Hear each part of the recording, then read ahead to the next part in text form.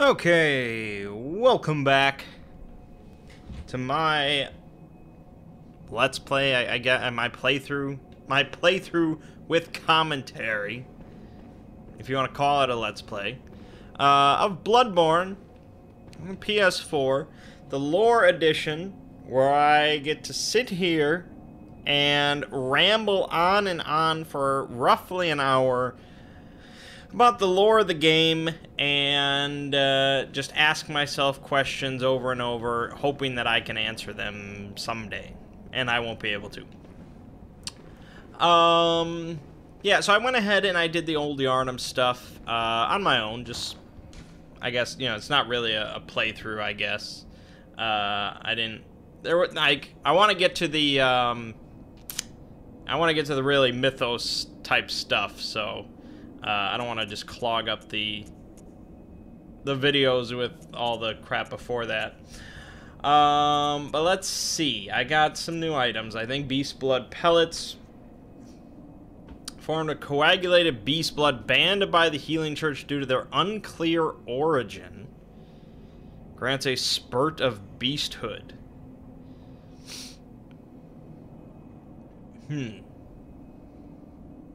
Ripping apart the flesh of one's enemies and being rained upon by their splattering blood invigorates one's sense of beasthood, feeding strength and euphoric feeling alike.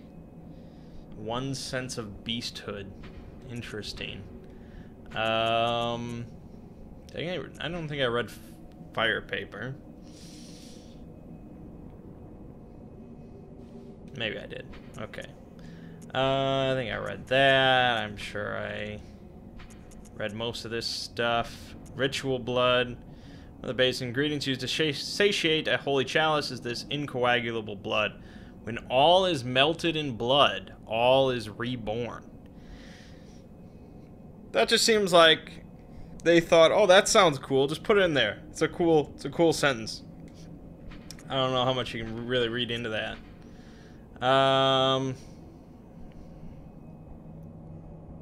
Blood defines an organism. That's interesting.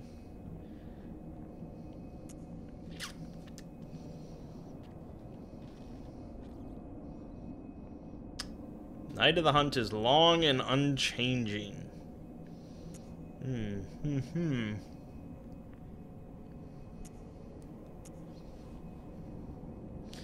Okay.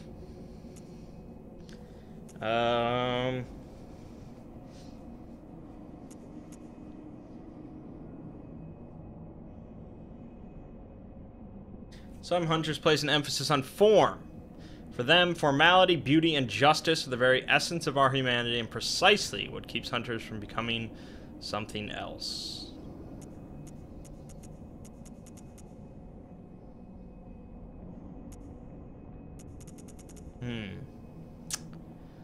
Okay.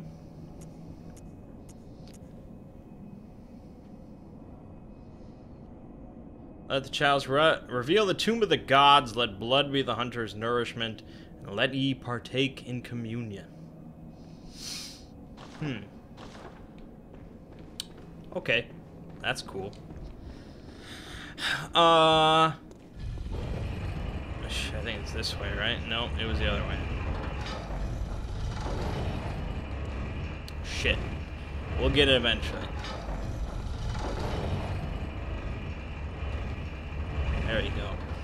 So the question that's on my mind at this moment, there will be plenty others, but right this second is, what is the difference between me and some guy in Yarnum that picks up a weapon and calls himself a hunter? And the answer to that, I guess, is the contract.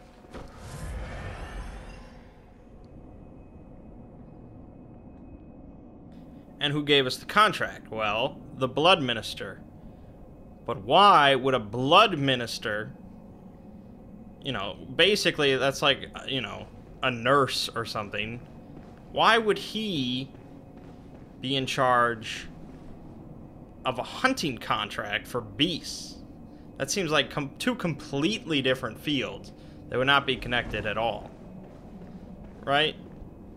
That seems like you go down to the hunting office and you file for a hunting license or something like that. You don't go to the guy that's taking your blood work or something at the clinic.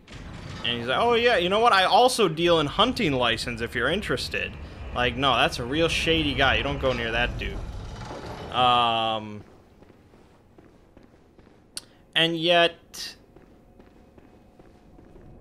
if we accept that the contract is the specific thing that makes us special, that allows us to go to the hunter's dream, and,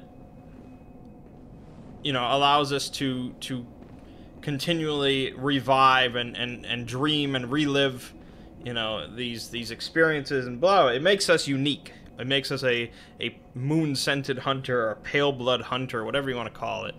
If that contract is that special, and it also gives us the hunter's mark, you know, marking us, the symbol of a hunter, not just a guy, you know, who's claiming to be a hunter. That's like, you know, that's some next level shit. That's not just a piece of paper that says, yeah, you're officially a hunter for Yharnam. That's like higher echelon stuff. And so I think that in itself is a good argument that that blood minister that gave us our contract, that makes him some higher level shit, right? Because as far as we understand, as far as I understand, that is, I am the only hunter that, like, respawns, right? Or do other hunters respawn? I don't know. Now I have to look. I mean, well, aside from that, we're the only hunter that we see in the hunter's dream. Now maybe, actually, hold on, let me check. Now that I say that, I'm reminded of something.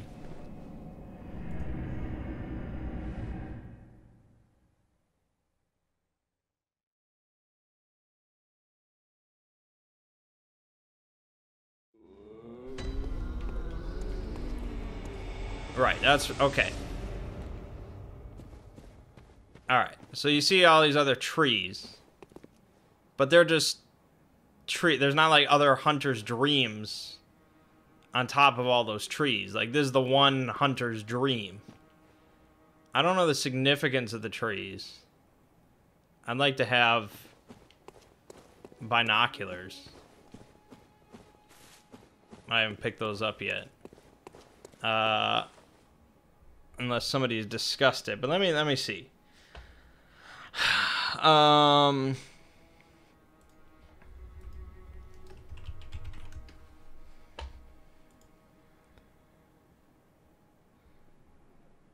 No hunters respawn.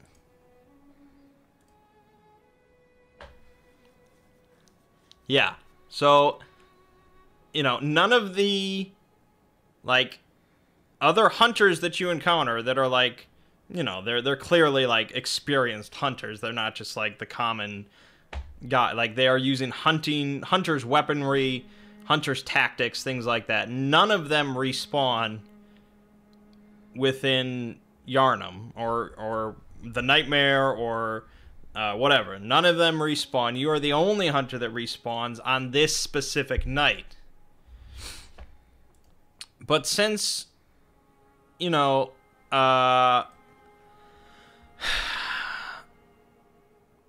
like Jura, you know, he talks about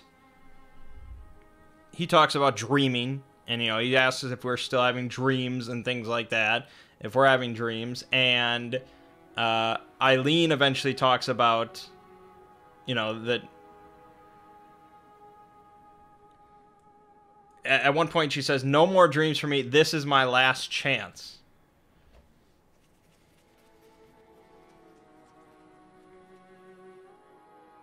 And so, for any given night like this, these special nights when the moon presence is active and all this, the whole cycle of Bloodborne, there is one specific hunter that is chosen to be put into the hunter's dream and go through all this stuff and to be respawn, so that they can do these things. And so, as far as I could surmise, what made me special, I mean, we don't know anything before the start of the game, but what made me able to do all this, the Hunter's Mark and all that, was the contract with the Blood Minister. And so he only gave that specific deal, at least, ignoring, like, multiplayer stuff and things like that. He only gave that deal to one person, which was me. It's a real special, unique contract. And so that's my argument, that the Blood Minister is more than he lets on.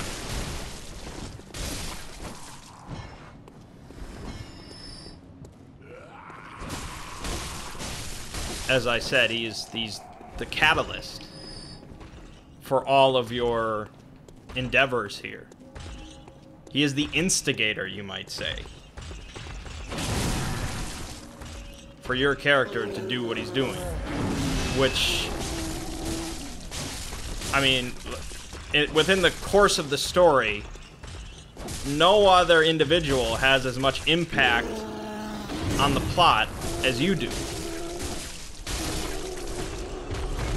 You are doing all sorts of shit. You're slaughtering things left and right. And really, it's because you have this contract and you're able to respawn. And you're able to go things again and again and again until you improve. And you're able to slaughter everything. And so, the assumption, to me, is that the Blood Minister wanted you to be able to do this. For some reason. And that's where I'm stuck. Is the reason why this guy would want you to do it.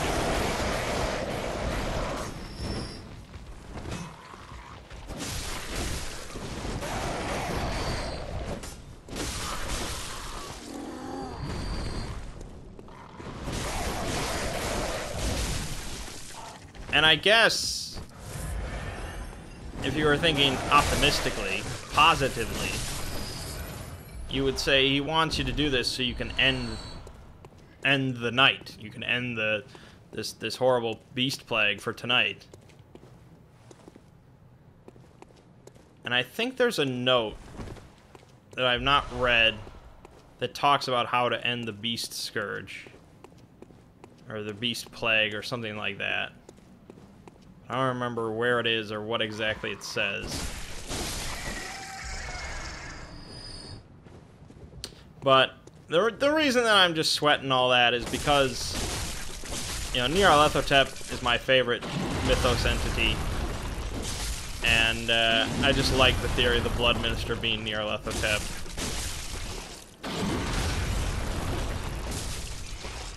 Not that they created the game and they're like, alright, let's have the first guy, the main character, let's have him be Nyarlathotep.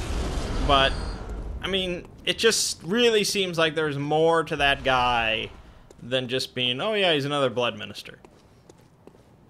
It doesn't all add up in my head. And so for the sake of the video, for the sake of the, the experiment and the enjoyment of it, I'm trying to run with the theory that it's Nyarlathotep. But, the better theory I come up with, the more entertaining it is, I think.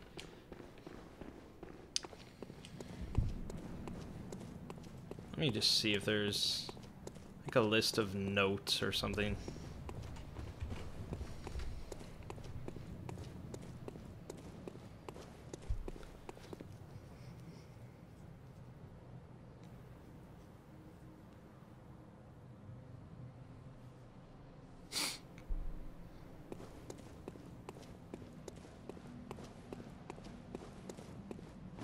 There is a list of notes.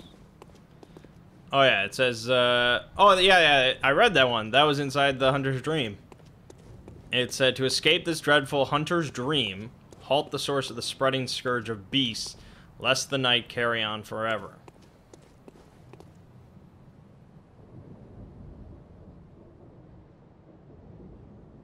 Huh.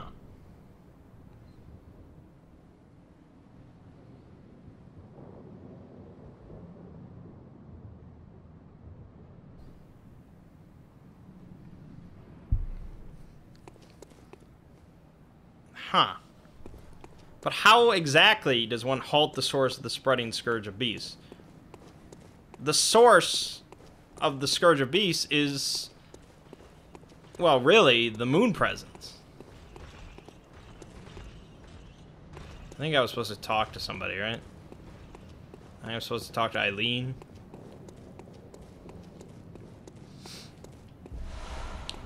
But it doesn't really make much sense, because you can beat the game. You can end the night. You can wake up without dealing with the moon presence, without even seeing the moon presence.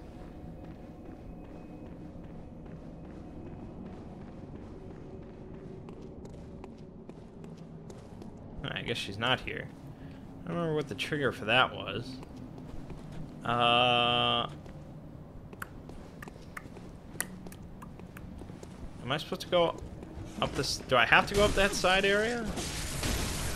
Oh yeah, you can drop down and fight that wolf thing or whatever. Yeah, we can do that, I guess.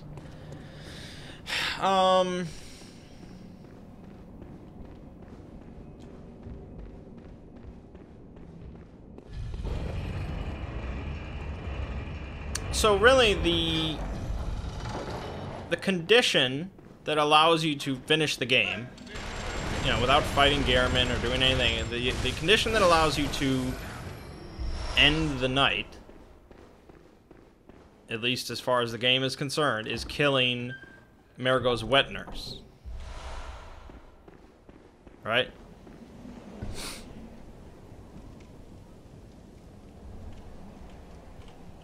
But why? Why is that necessary? What does that do when Marigo's wet nurse dies?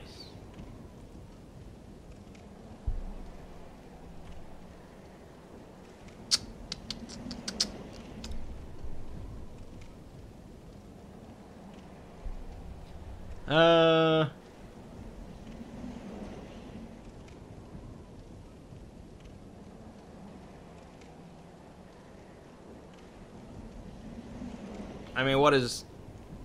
Murgo is a child of a great one, right?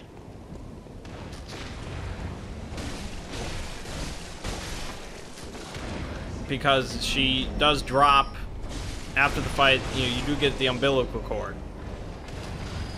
which you only get from the offspring. And so, I guess it's sort of implied that after you kill the wet nurse, the child, like, dies, because its cries suddenly fade away and then stop. And I mean, you don't see a baby, but they wouldn't put that in the... Yeah, they would. You can kill the baby great ones if you want. Well, you can kill Ariana's. So why not Murgo? But Murgo seems to be, like, crying like a regular baby.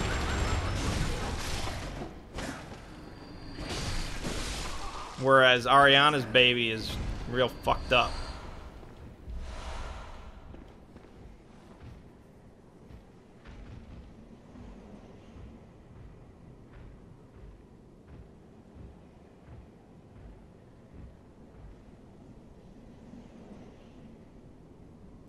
Now you fight...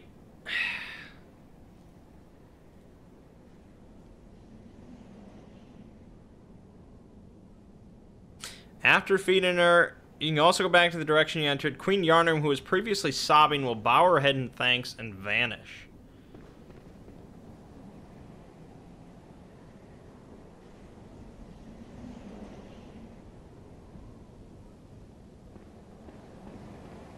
That's the other interesting thing, is instead of prey slaughtered, you get nightmare slain. You son of a bastard. You get nightmare slain, but it doesn't appear until Murgo's crying stops. That's always the weird thing with that fight. After you win, it doesn't immediately pop up like every other fight. You have to sit there and wait for this baby's cries to stop, and then you get nightmare slain, implying that Murgo, this child, is the actual nightmare.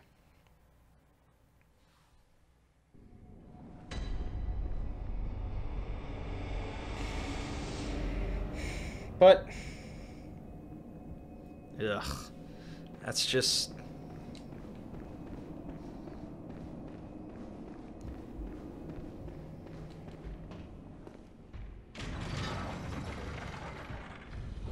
I mean, I guess the implication, which is, it's just always a lovely word, is that by killing Murgo, you've foiled the Moon Presence's plans for this night. His plans is to have a surrogate, to have, you know, a child being born and raised and blah blah, and so there's a great one on this planet. But Murgo is only one of them, because he's also got Ariana and I guess Yosefka.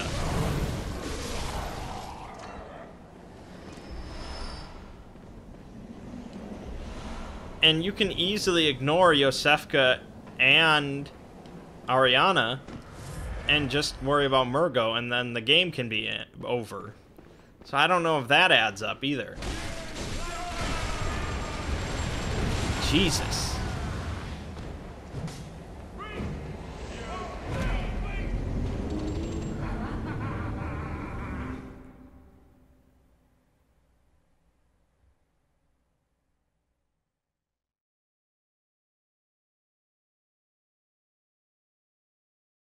I guess, yeah, that's really the question, the main question I have right now is what causes the beast scourge to end? What is it that marks the point where Gehrman is satisfied with your activities? And why is he satisfied with what you've done at that point? You know, it's the point where Murgo dies, but why is he satisfied with Murgo being dead? He's like, alright, you did everything I wanted, now you can wake up. I need to get Vadi on the phone or something. I need answers. And I don't know if I can really find anything.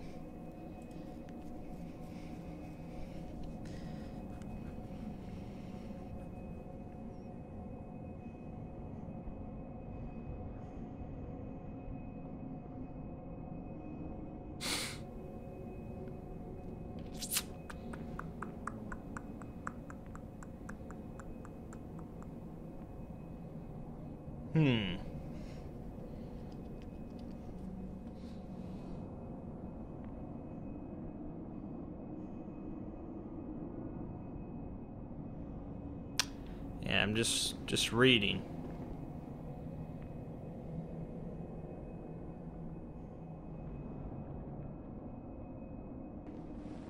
It says on this page that the ritual conducted by Mensis seems to be the cause of the hunt. An event caused by the blood moon's proximity. So which one is it?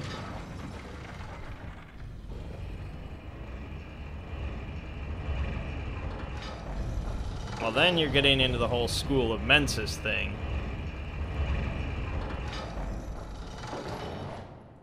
And that's just a whole nother ball of worms.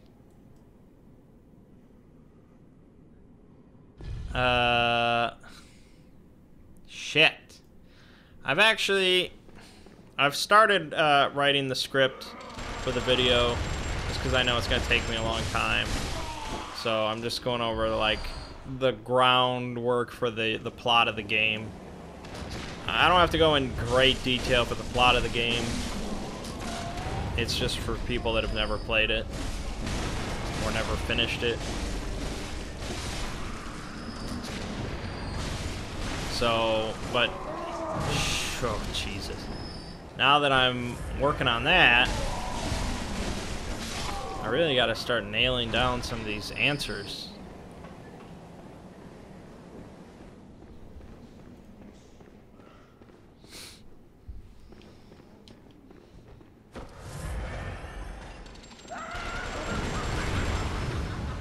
Crazy bastard.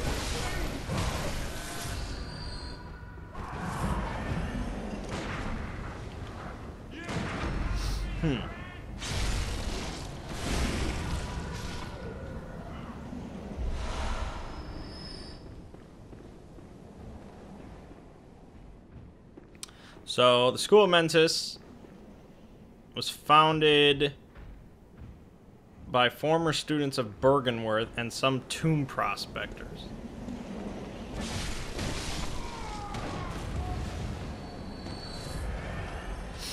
Okay, that's fine. And they contributed in founding the Healing Church. Right, so we're talking about Lawrence, I guess.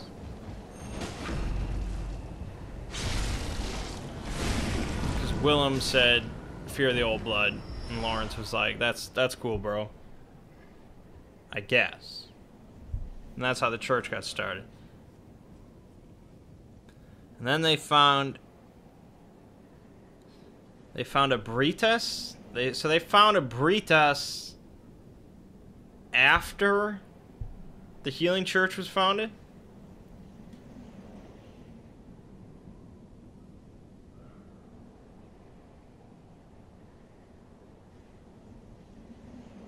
Right.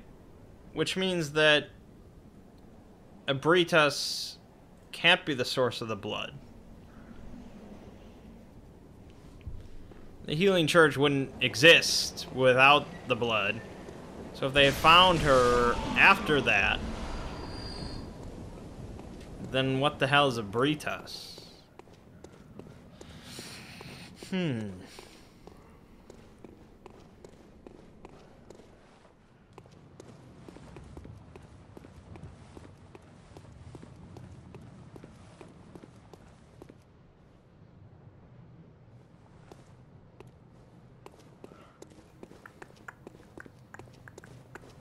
Did I go too far? The sky and the cosmos are one. Well, what the hell does that mean?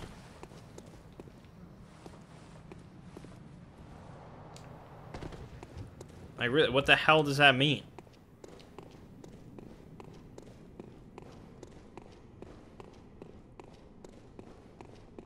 Did I go too far? I could have sworn... No, how could I have gone too far? I must go up. Actually, maybe not. Maybe I did go too far. You're supposed to just... I rarely do this. Usually I just farm the 10,000 souls and buy the thing.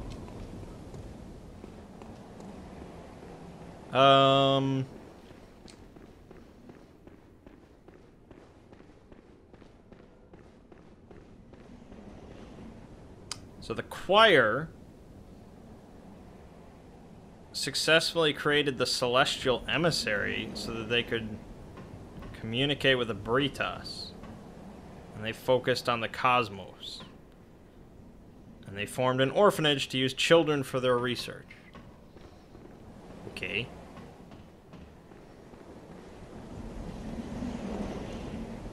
School of Mensa starts to deploy hunters to kidnap people for their research. That's nice.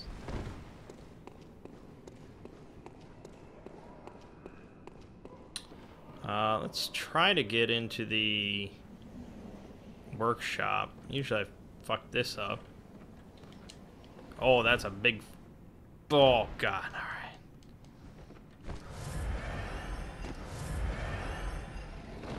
Perfect. They controlled Hemwick Charnel Lane to harvest organs from the dead to perform blasphemous rituals. They also worship the amygdala. Huh. I wish they listed all the sources for this stuff, but okay.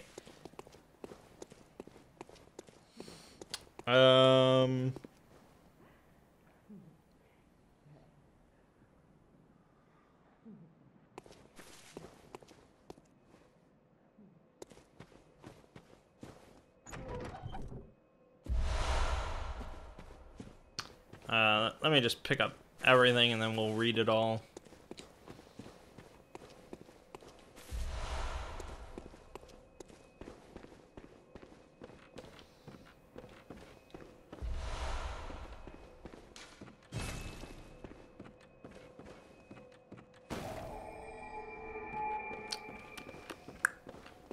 Missing something. I'm missing the, there it is.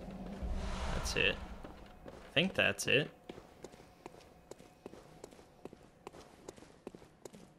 Don't know what else there could be. Pretty sure that's everything. Maybe I'm stupid, but... Alright, let's see here.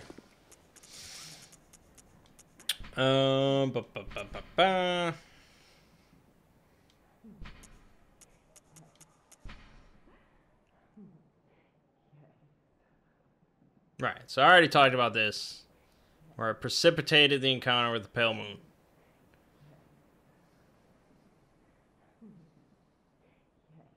I mean, why does it specifically call it the third umbilical cord?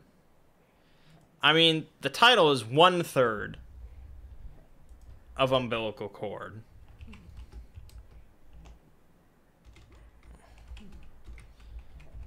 I mean, why would it number them?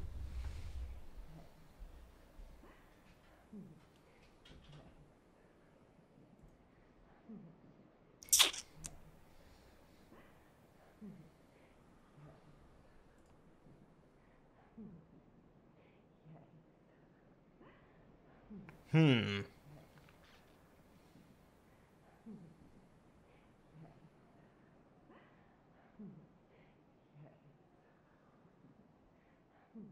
don't know, man. I don't know, man. What do the other ones say? Okay, I'm just going to read the descriptions of all the other ones. So the one you get from Yosefka says... Provost Willem sought the cord in order to elevate his being and thoughts to those of a great one by lining his brain with eyes. The only choice he knew if man were to ever match their greatness. Yeah, so the great ones are not great because they're powerful. They can use Kamehamehas or whatever. They're great because of eyes, because of insight, of their knowledge, their wisdom. That's why they're great. You know, most of the mythos, great old ones and things like that, their knowledge is usually on the back burner of why they're great. You know, Yog-Sothoth, of course, is great because of his knowledge, of his omniscience and things like that. But most people don't consider Cthulhu a great old one, you know, because he's so wise and smart. That's usually not discussed when you talk about Cthulhu. But here in Bloodborne, that seems to be the implication, at least from Provost Willem. If we were to match, if humans were to match the greatness of a great one, you need to line your brain with eyes, which, yeah, the game sometimes uses literally, as you'll find a lot of creatures with eyes all over, like, their inner linings and things like that, but it's really meant to be a metaphor for seeing a greater truth. The one you get from Ariana's little baby. Every great one loses his child and then yearns for a surrogate, and Odin, the formless great one, is no different. To think it was corrupted blood that began this eldritch liaison. Used to gain insight, and so they say, eyes on the inside, although no one remembers what that truly entails.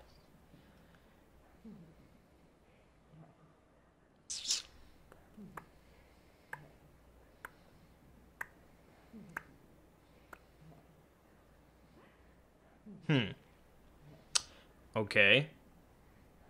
The Murgo's Wet Nurse one, Murgo's one says, this court granted Mensis audience with Murgo, but resulted in the stillbirth of their brains. Audience with Murgo. I mean, the stillbirth of their brains. I mean, that's a common thing, I guess, in the mythos. Like, Danforth or whatever, at the end of, at the Mountains of Madness. You know, he sees something beyond the mountains, you know, where no one has seen before or whatever, that causes him to go so completely insane that he can't even speak properly. His brain is just dead. That's the impression that I get when they say result in the stillbirth of their brains. Something happened with their audience with Murgo that their brains just could not handle. But yeah, none of the others specifically refer to the third umbilical cord.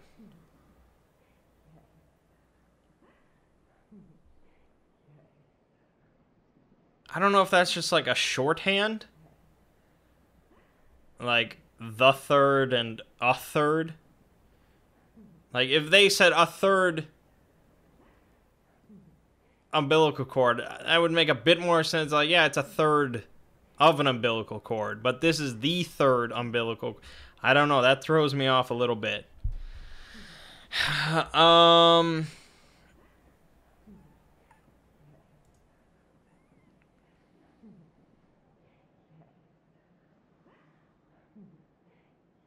Well, there's a lot that freaking throws me off.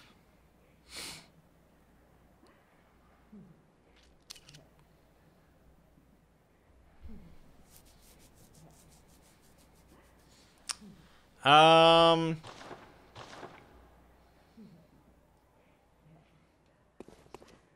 I was still reading, I think.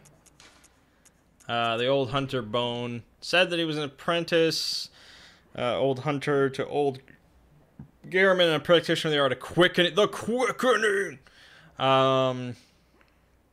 It is most appropriate that hunters, carriers of the torch who are sustained by the dream, would tease an old art from his remains.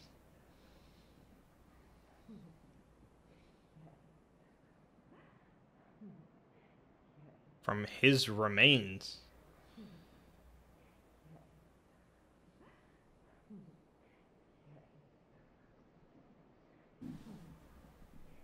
I mean, who's the remains of the old hunter? Whose name is lost? Why is that most appropriate? And what is carriers of the torch?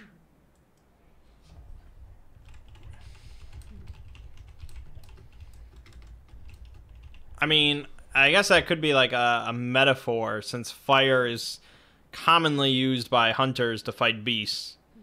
So it's just like, not a euphemism or anything, but like a sort of a brand. It's like, oh, hunters, yeah, carriers of the torch, because they're probably, you know, often seen carrying torches.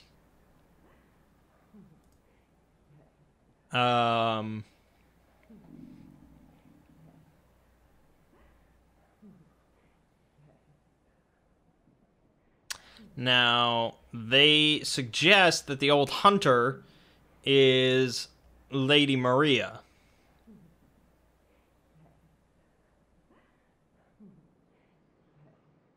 Which, to be honest, yeah, I kind of forgot that she looked like the doll. And you find this in the workshop. And... Huh.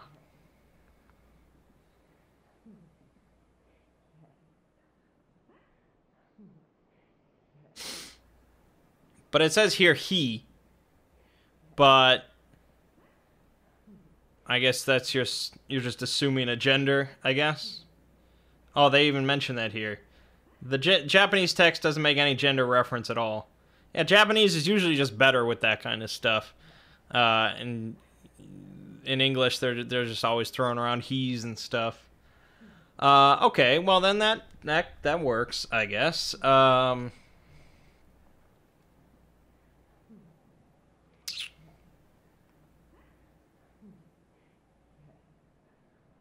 Huh. So what was the... Hold on.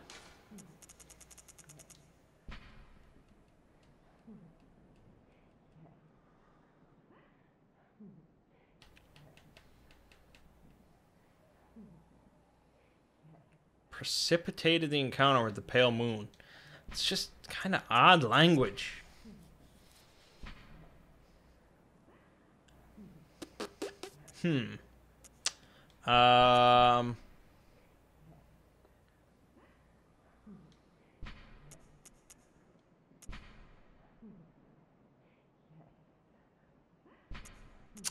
Yeah, I mean, it's pretty much just...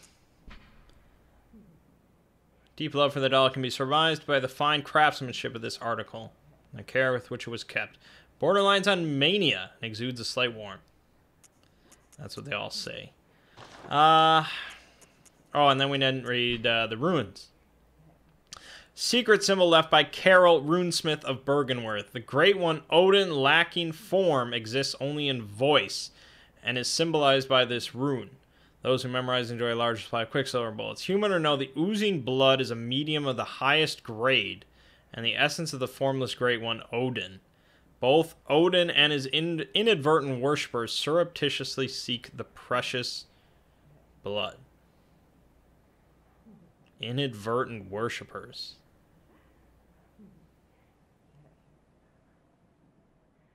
Oozing blood. Oozing blood.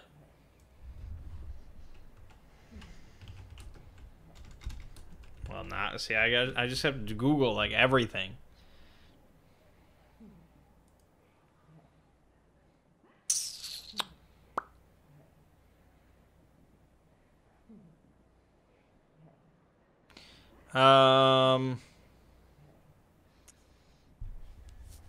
Okay, several runes relate to blood, including communion, which raise the maximum number of blood vials one may carry. This rune represents the healing church and its ministers. Blood ministration is, of course, the pursuit of communion.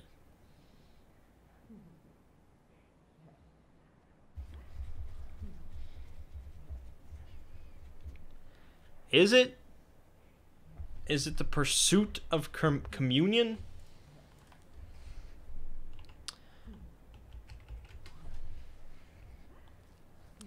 Communion. Noun.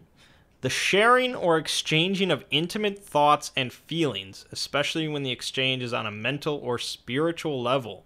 Whoa. That's a pretty good definition. Blood ministration is, of course, the pursuit of communion.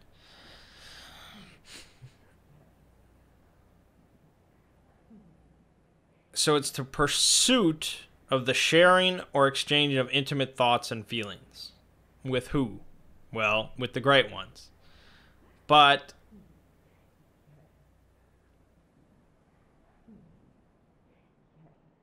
I mean, I don't see how the blood transfusion, the blood ministration, injecting yourself with Great Old One blood allows you to share or exchange intimate thoughts and feelings. I mean, that's what insight maybe, or you know, doing the secret rituals or whatever, things like that, making contact, maybe all that. But blood ministration? is the pursuit of communion. Maybe someone can explain that one to me.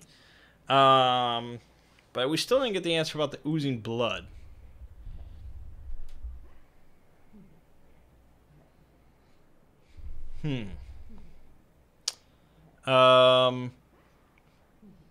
So Odin's essence is oozing blood.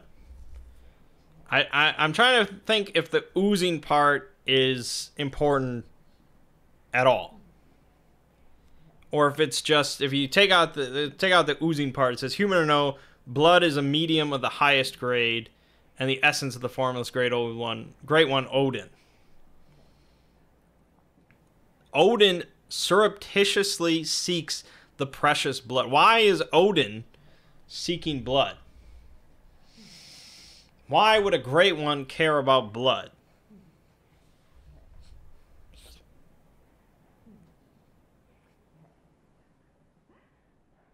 I mean, that's a pretty good question, right? Why would a great one care about blood? I mean, blood throughout most of Bloodborne seems to be just an utter fascination of humans.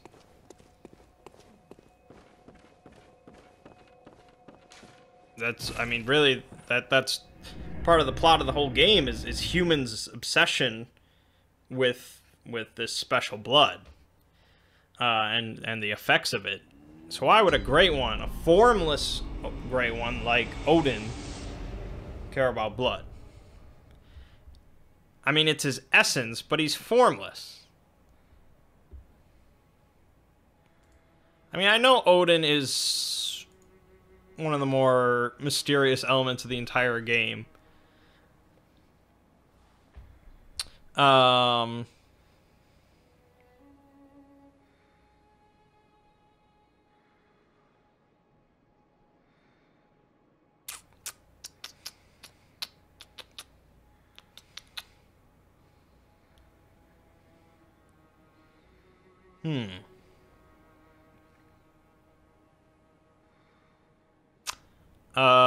Alright, here's some good theory crafting. So the Clawmark rune says, Runesmith Carol describes the beast as a horrific and unwelcome instinct deep within the hearts of men.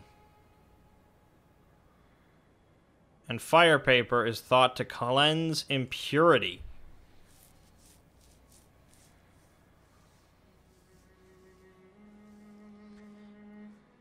And Quicksilver bullets say, ordinary bullets have no effect on beasts until Quicksilver bullets fused with the wielder's own blood must be employed. So that's kind of an interesting concept. Ordinary bullets have no effect on beasts. None. Nothing. You're shooting bullets at these things and nothing. But somehow they discovered that fusing bullets with your own blood does harm them. But it doesn't have to be your own blood, because throughout the game we find a shit ton of Quicksilver bullets laying around, and I mean, we're not giving it blood. We can, you know, we can make them on our own, and that hurts us. It costs our blood, our life, but stuff we find doesn't hurt us when we grab it, so it's clearly other people's blood.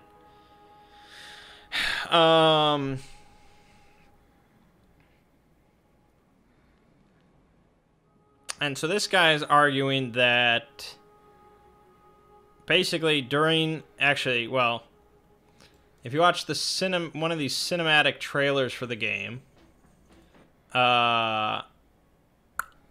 actually get to see the blood ministration take place. Let me just take a gander at this. I know we didn't get anywhere in this game.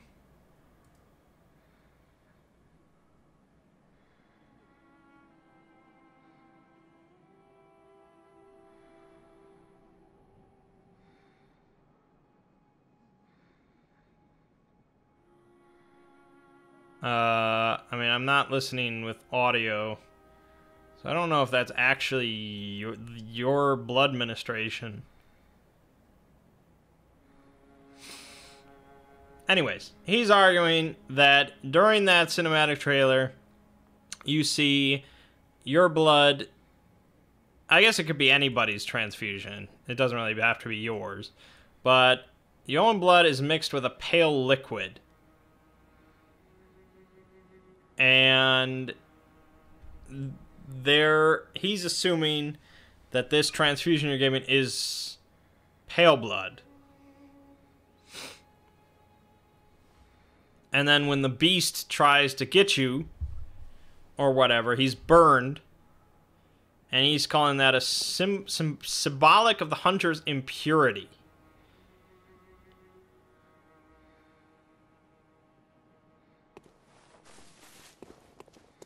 But then he says, blah, blah, blah. The pale blood transfusion successfully healing the hunter from the affection. I think he meant affliction.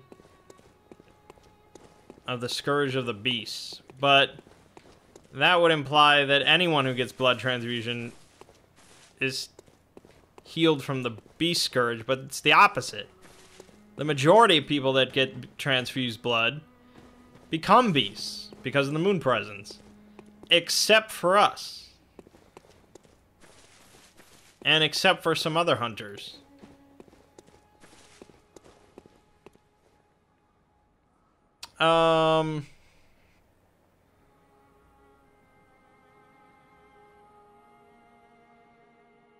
This doesn't answer any of my questions.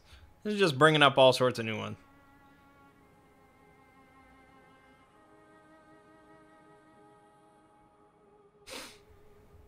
God, there's just so much discussion about this game. I feel like there's way more discussion for Bloodborne than any of the Souls games, but maybe that's just me because I'm looking into it. Jesus.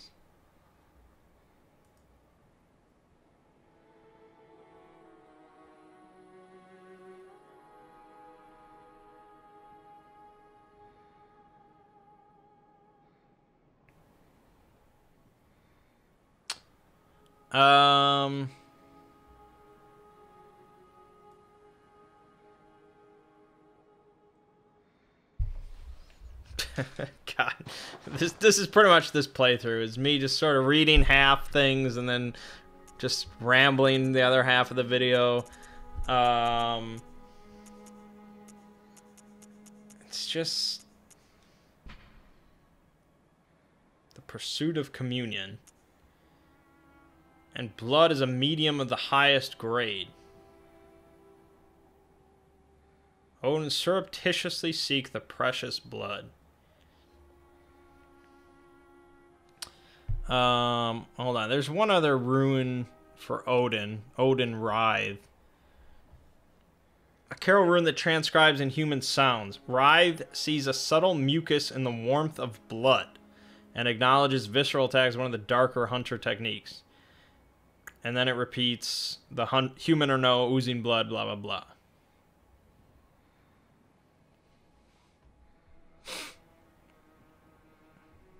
A subtle mucus in the warmth of blood. What the fuck does that mean?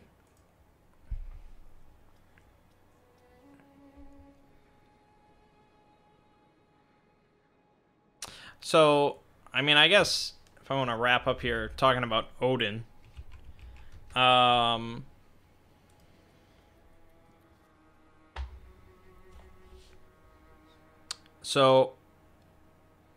Odin is formless.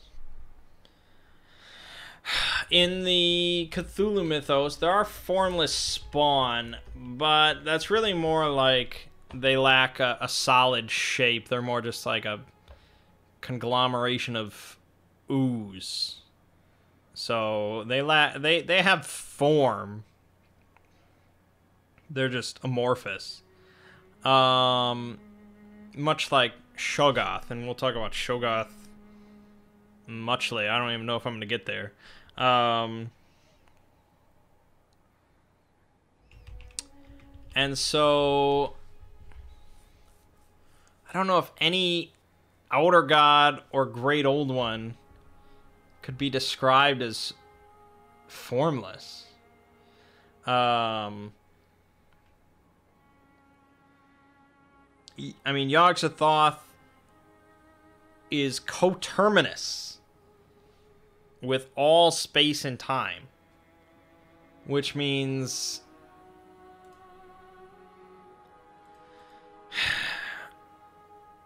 he is everywhere, all at once, in all space and all time. All time. At the same time. And so even though he's depicted as just a bunch of, like, globes and stuff and orbs, he is coterminous with all space and time. He is all in one. Here's from Through the Gates of the Silver Key.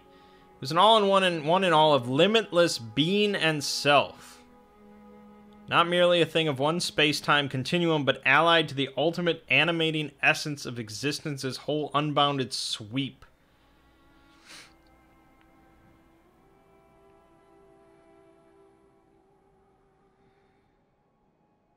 So, if I was going to pick one to be most similar to Odin, it would be Yog-Sothoth.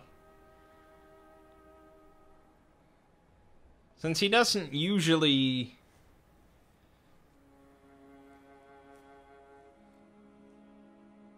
appear, I mean, there's the nameless mist, but there's almost nothing to even say about that. The reason why I don't really like to call Odin Yog-Sothoth is because when discussing the concept of human women becoming impregnated by a great old one or a great one or whatever, you really have to discuss Yog-Sothoth, because that's the most famous instance in the mythos, is in the Dunwich Horror, of Yog-Sothoth impregnating a mortal woman. It's the exact same thing, giving birth to the Dunwich Horror and Wilbur Whateley. So, I mean, I guess I can link it both together, and I think some people have tried to argue that Odin is also the moon presence. But, I mean, the nameless moon presence, it doesn't have a name.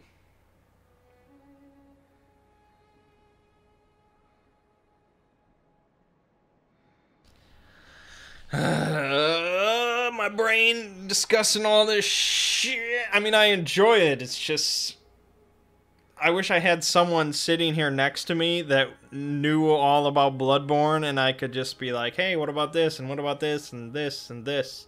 I'm just me looking at the internet and talking into a microphone.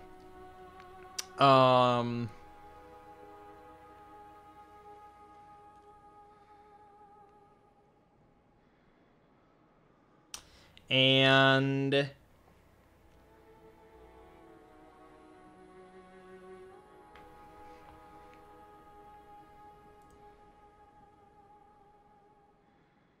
there's just so many different theories about the game, and you really can't prove anything. Anybody can come up with an alternate theory and say this and this means this, and I think this means this, and yeah, it's tricky. This guy says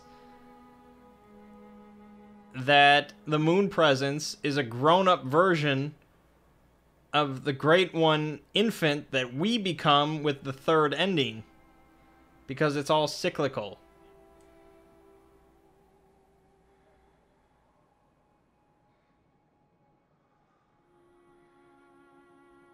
This guy says that Odin is like Azathoth.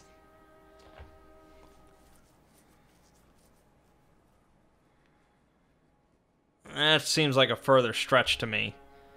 Azathoth, I mean, it says right here that he's seeking the precious blood. That rules out anything right there. Azathoth ain't seeking nothing. He has no aspirations. He's not attempting to accomplish anything. I don't think Azathoth is going to be mentioned at all in my discussion because there's nothing. There's nothing. He's out of the realm of discussion. Anyways, we're about an hour in, so I guess that's a good point to stop. I don't know if we accomplished anything, but maybe some people are enjoying this series, or I just ramble for a while. I end up with more questions than I started with.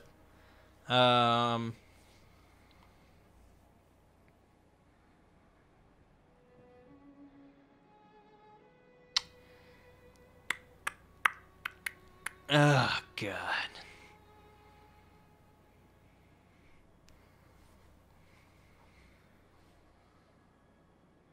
Yeah, I don't know. You can just read all this shit all day and I still wouldn't come up with much. So, it's going to be a tricky script to write, but we'll see how it goes. My name is Mangg. Gaming watching has been Bloodborne. And I'll see you fine folks in the next part.